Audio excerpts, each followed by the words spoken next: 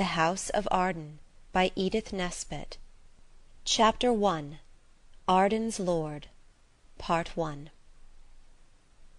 It had been a great house once, with farms and fields, money and jewels, with tenants and squires and men-at-arms. The head of the house had ridden out 3 days' journey to meet King Henry at the boundary of his estate, and the king had ridden back with him to lie in the tall state bed in the castle guest-chamber. The heir of the house had led his following against Cromwell. Younger sons of the house had fought in foreign lands, to the honour of England, and the gilding and regilding with the perishable gold of glory of the old Arden name.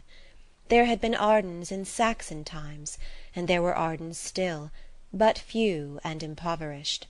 The lands were gone, and the squires and men-at-arms. The castle itself was roofless, and its unglazed windows stared blankly across the fields of strangers, that stretched right up to the foot of its grey, weather-worn walls.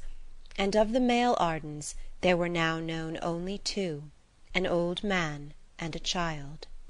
The old man was Lord Arden, the head of the house, and he lived lonely in a little house built of the fallen stones that Time and Cromwell's round-shot had cast from the castle walls.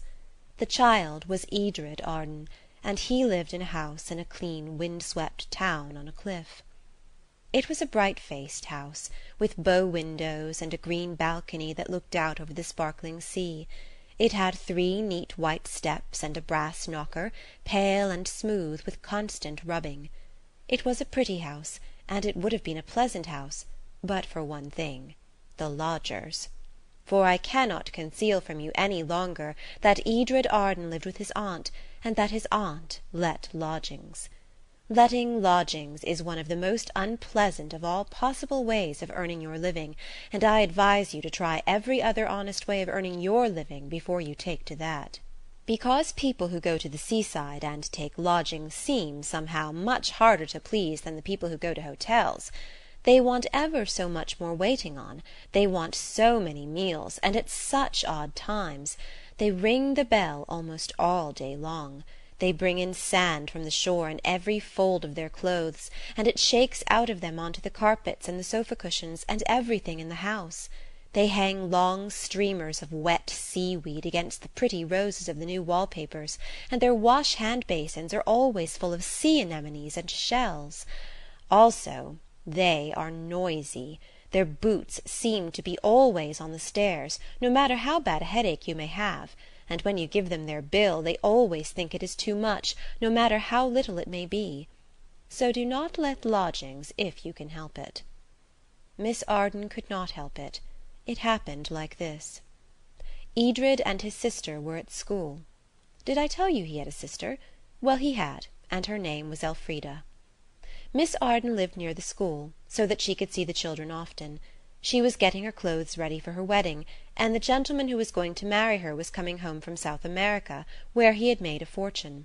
The children's father was coming home from South America too, with the fortune that he had made, for he and Miss Arden's sweetheart were partners. The children and their aunt talked whenever they met of the glorious time that was coming, and how when Father and Uncle Jim, they called him Uncle Jim already, came home, they were all going to live in the country and be happy ever after. And then the news came that Father and Uncle Jim had been captured by brigands, and all the money was lost too, and there was nothing left but the house on the cliff. So Miss Arden took the children from the expensive school in London, and they all went to live in the cliff house, and as there was no money to live on, and no other way of making money to live on except letting lodgings, Miss Arden let them, like the brave lady she was, and did it well. And then came the news that Father and Uncle Jim were dead, and for a time the light of life went out in Cliff House. This was 2 years ago, but the children had never got used to the lodgers. They hated them. At first they had tried to be friendly with the lodgers' children, but they soon found that the lodgers' children considered Edred and Elfrida very much beneath them, and looked down on them accordingly. And very often the lodgers' children were the sort of children on whom anybody might have looked down, if it were right and kind to look down on anyone. And when Master Reginald Potts of Peckham puts his tongue out at you on the parade and says, right before everybody, Lodgings, ja. It is hard to feel quite the same to him as you did before. When there were lodgers, and there nearly always were, for the house was comfortable, and people who had been once came again, the children and their aunt had to live in the very top and the very bottom of the house, in the attics and the basement, in fact. When there were no lodgers, they used all the rooms in turn, to keep them aired, but the children liked the big basement parlour-room best, because there all the furniture had belonged to dead-and-gone Ardens, and all the pictures on the walls were of Ardens dead and gone. The rooms that the lodgers had were furnished with a new sort of furniture that had no stories belonging to it, such as belonged to the old polished oak tables and bureau that were in the basement parlour. Edred and Elfrida went to school every day, and learned reading, writing, arithmetic, geography, history, spelling, and useful knowledge, all of which they hated quite impartially, which means they hated the whole lot, one thing as much as another. The only part of lessons they liked was the homework, when, if Aunt Edith had time to help them, geography became like adventures, history like story-books, and even arithmetic suddenly seemed to mean something. "I wish you could teach us always," said Edred, very inky, and interested for the first time in the exports of China. "It does seem so silly trying to learn things that are only words in books." "I wish I could," said Aunt Edith, "but I can't do 29,017 things all at once, and—" A bell jangled. "That's the 7th time since tea." She got up and went into the kitchen. "There's the bell again, my poor Eliza. Never mind, answer the bell, but don't answer them, whatever they say. It doesn't do a bit of good, and it sometimes prevents their giving you half-crowns when they leave." "I do love it when they go," said Elfrida. "Yes," said her aunt.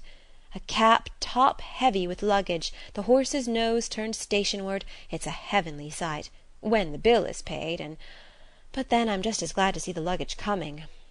Chickens, when my ship comes home we'll go and live on a desert island where there aren't any cabs, and we won't have any lodgers in our cave."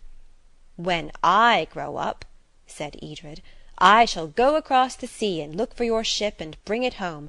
I shall take a steam-tug and steer it myself." "Then I shall be captain," said Elfrida. "No, I shall be captain." "You can't if you steer." "Yes, I can." "No, you can't." "Yes, I can." "Well, do then," said Elfrida. "And while you're doing it, I know you can't, I shall dig in the garden and find a gold mine, and Aunt Edith will be rolling in money when you come back, and she won't want your silly old ship."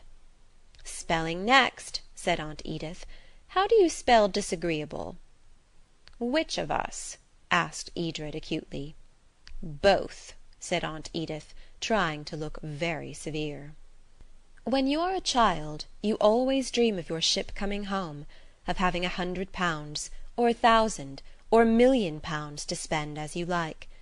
My favourite dream, I remember, was £1,000 and an express understanding that I was not to spend it on anything useful. And when you have dreamed of your £1,000,000, or your 1,000, or your 100, you spend happy hour on hour in deciding what presents you will buy for each of the people you are fond of, and in picturing their surprise and delight at your beautiful presents and your wonderful generosity.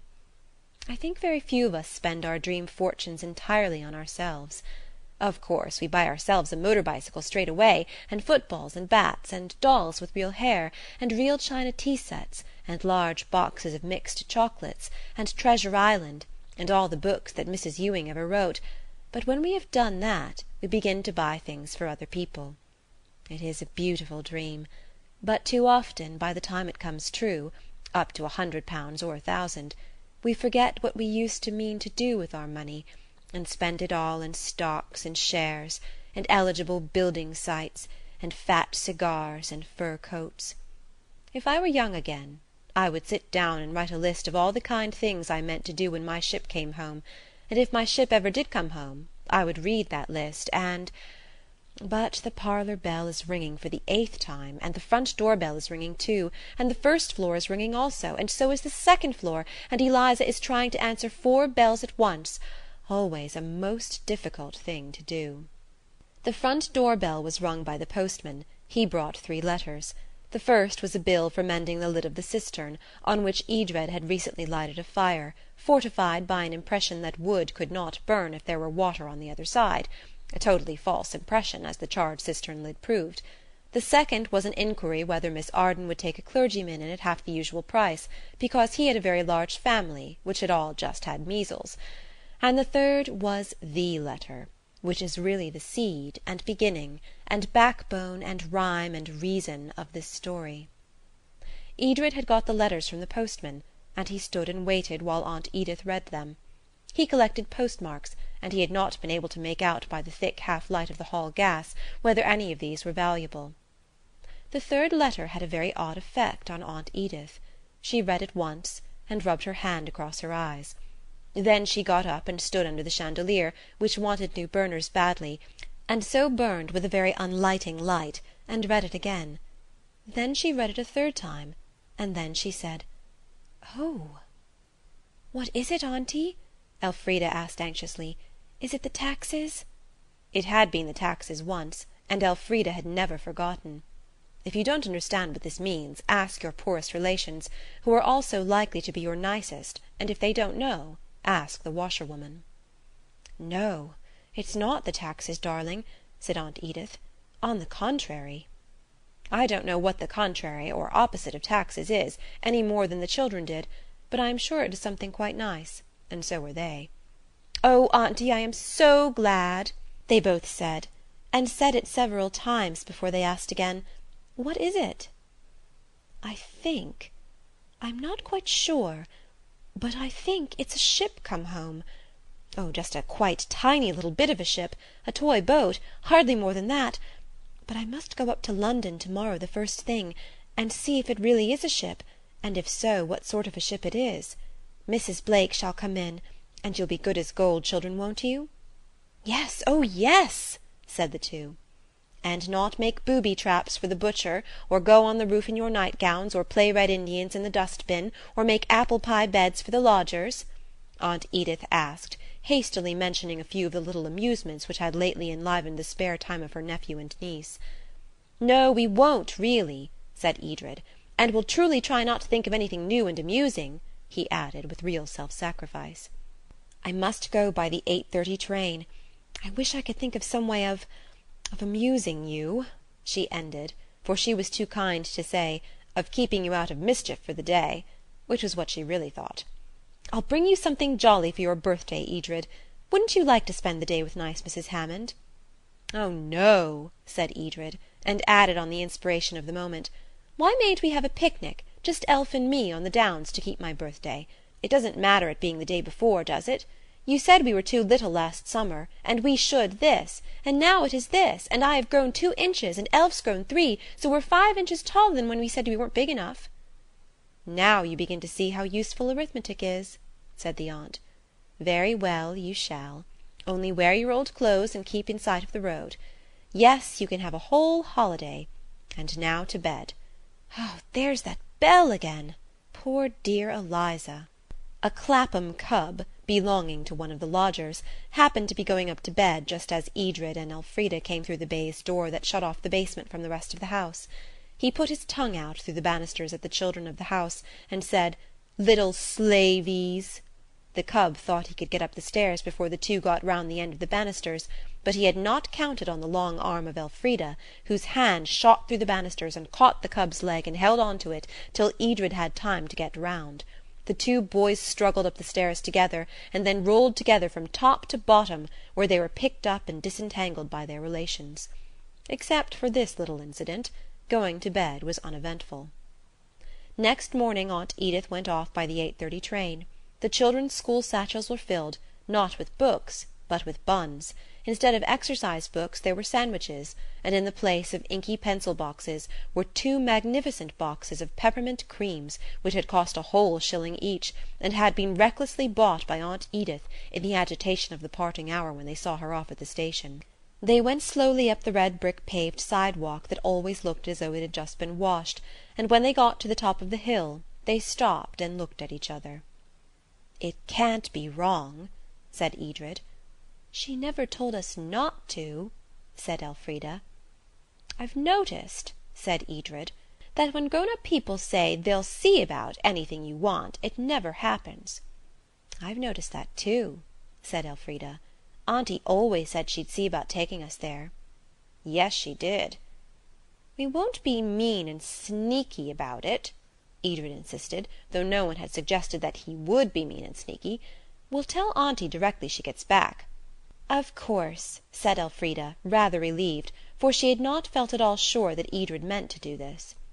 "After all," said Edred, "it's our castle. We ought to go and see the cradle of our race. That's what it calls it in Cliffgate and its environs. I say, let's call it a pilgrimage. The satchels will do for packs, and we can get halfpenny walking sticks with that penny of yours. We can put peas in our shoes if you like," he added generously. "We should have to go back for them, and I don't expect the split kind count anyway, and perhaps they'd hurt," said Elfrida doubtfully. "And I want my penny for—" She stopped, warned by her brother's frown. "All right, then," she ended. "You can have it. Only give me half next time you get a penny. That's only fair."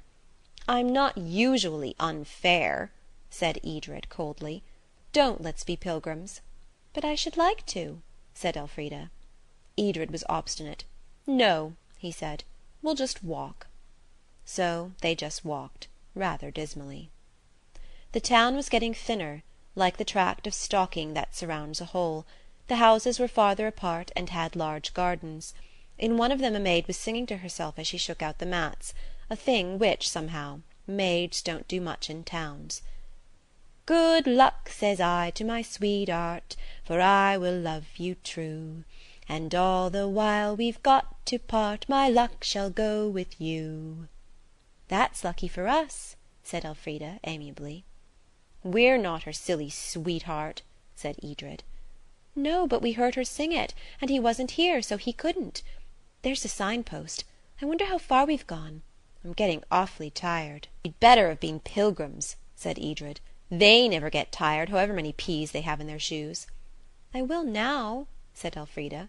"You can't," said Edred. "It's too late. We're miles and miles from the stick shop." "Very well, I shan't go on," said Elfrida.